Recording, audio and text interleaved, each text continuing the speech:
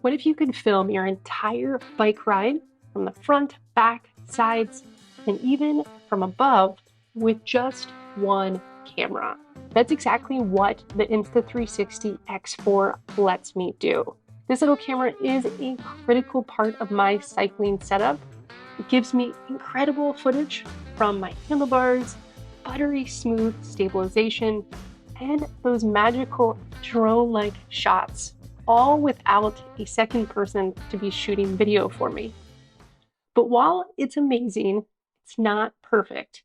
And with the talk of an Insta360 X5 around the corner, here's what you need to know about the X4 right now with a focus on cycling. Before we jump into the key things I want you to know about this, I want to talk about why you might want one of these for cycling over something that you're used to seeing like a GoPro or a DJI Action. And for me, that is two pieces. The first is going to be reframing. So I can have this on my handlebar and it's getting everything around me. If I have it on my helmet, it's getting even more around me. And say I'm riding and a car comes too close, I can get that footage. Or say a friend is riding next to me, I can adjust in the edit, reframing to get them in that video, but I don't have to do anything when I'm riding. I'm just riding along. You can get me, you can get my friend next to me. The other thing I use it for is I put it on an extendable selfie stick, and it makes that selfie stick disappear. And that's really cool because I can stick it off the side of my bike and it looks like I have a drone following me. Or I can stick it down to get footage of the side of my bike, some dynamic views of different things happening on my bike.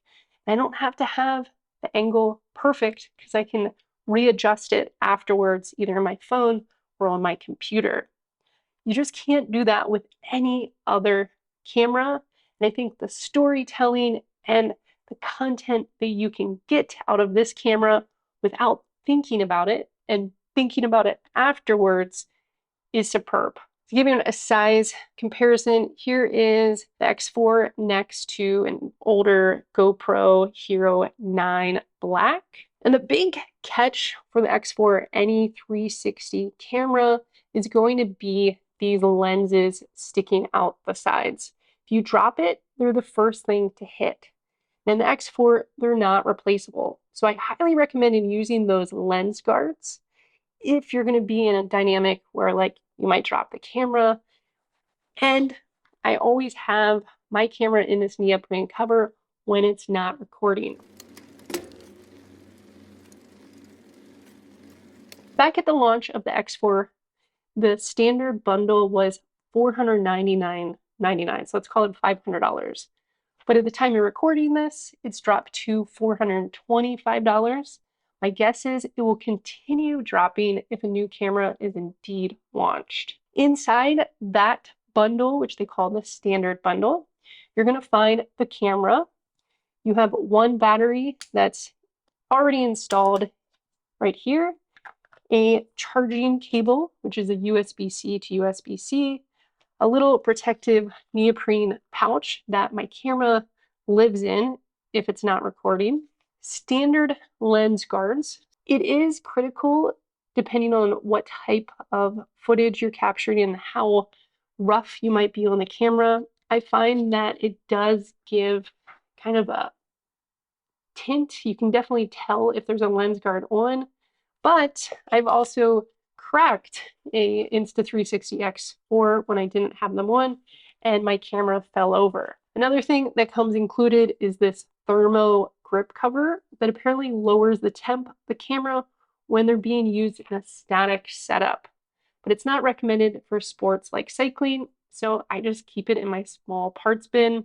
You have a quick start guide, which is actually pretty useful, and then stickers, and then a lens cleaner. For cycling, I'm mostly using a handlebar mount or a selfie stick that can be extended away from me for that drone-like shot or getting weird angles on the side of my bike.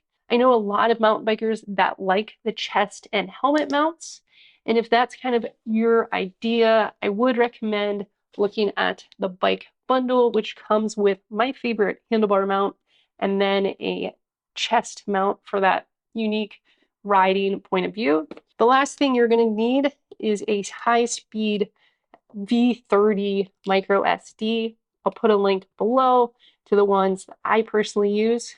On the side of the camera, the battery pops out with these two little tabs, and then hidden underneath that is where you put the micro SD card. It's not ideal because you do have to remove the battery to get to it. Right above it is this door for the USB-C, and you can charge when the camera is in use.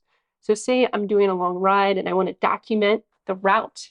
I'm going to have it on my handlebar, and then I have a little battery pack in my handlebar bag, and I'm just charging it as it's going. This is not waterproof, so if it's going to rain, don't recommend that. I typically get just over an hour of runtime on one battery, but your settings, resolution, and Bluetooth connection will all affect that. With that USB door completely shut and the battery clipped in so you don't see any blue highlight, the X4 is waterproof down to 10 meters.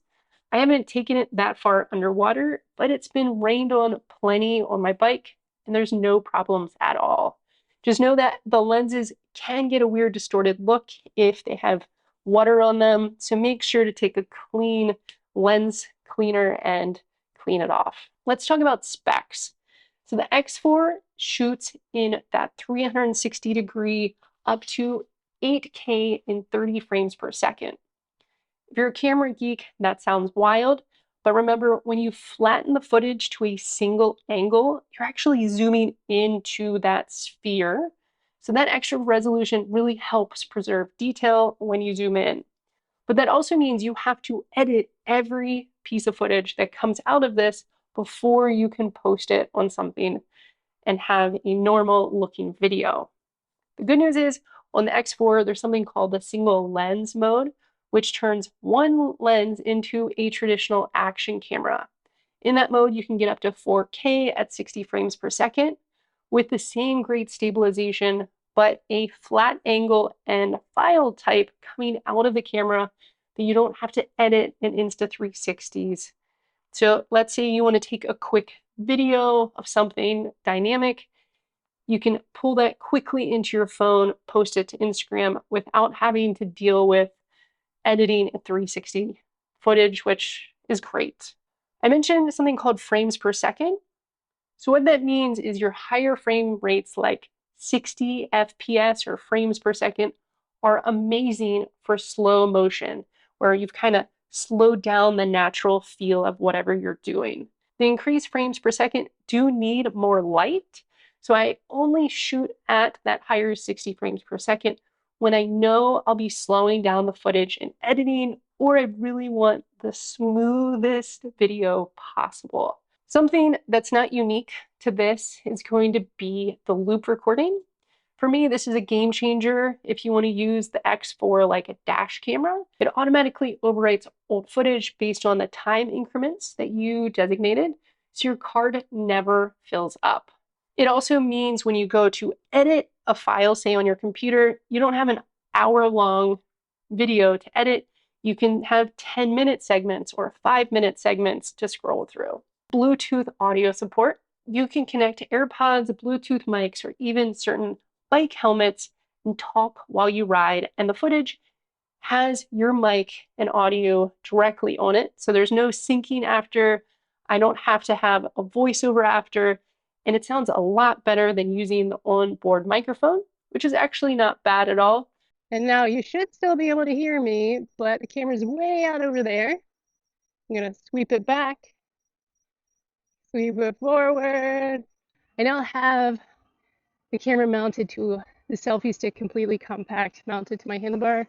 I love this because I can talk to camera when I'm riding, tell you what I'm doing, tell you what I'm seeing, tell you where we're riding, and I don't have to do voiceovers after the fact.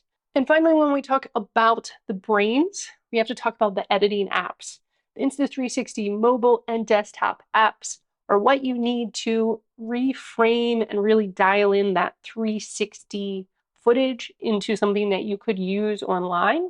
So you're going to use that, trim it, edit, and they also have editing with AI tools. These, to me, are honestly some of the best editing apps out there. 4 action cameras that come free when you're using Insta360, especially for quick handoff edits. Say I just want to do some quick fun edits of a bike ride I did with friends. I can quickly take a 10-minute clip, edit down, or let the AI of the Insta360 app take over, and voila, I have something for Instagram, which is really fun and allows me to share and not overthink my content. Now, there are cons to all that 8K footage and AI power.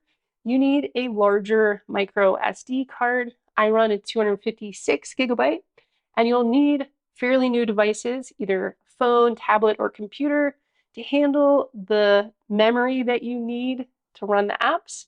And you're going to need space on your computer or hard drive for those larger files. Let's go through quick pros and cons for using this in cycling. The pros: insane stabilization, even on bumpy trails. The 360 footage gives you multiple angles without a second shooter, dash cam style coverage for safety or incidents, and then app-based editing is powerful and beginner friendly to get people to create new and fun content.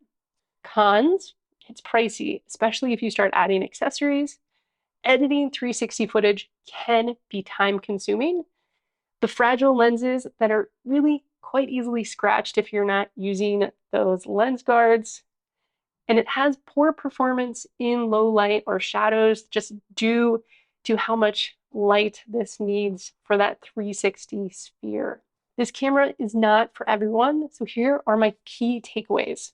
If you're a cyclist who wants to document your entire ride, tell better stories, or have footage for safety, and you're comfortable doing a bit of editing, the Insta360 X4 is absolutely worth it. If you're traveling with a smartphone, this camera is such a great complement to it because you can just kind of set it on the selfie stick, get some cool footage, not think about it, and go. It lets you capture everything, staying present in that moment and worrying about reframing and editing after. Just protect those lenses and you'll have one of the most versatile bike cameras out there if you can justify the price. So that's my take on the Insta360 X4 after a ton of rides, testing, and a few hard lessons I learned along the way, like this one that has to go back to get fixed. Let me know if you have any questions, ask them in the comments below. And if you found this helpful, don't forget to leave a comment and subscribe to help get this video shown to more people. All right, until next time, thank you so much for watching. Stay well, stay good, and remember to bike more and worry less.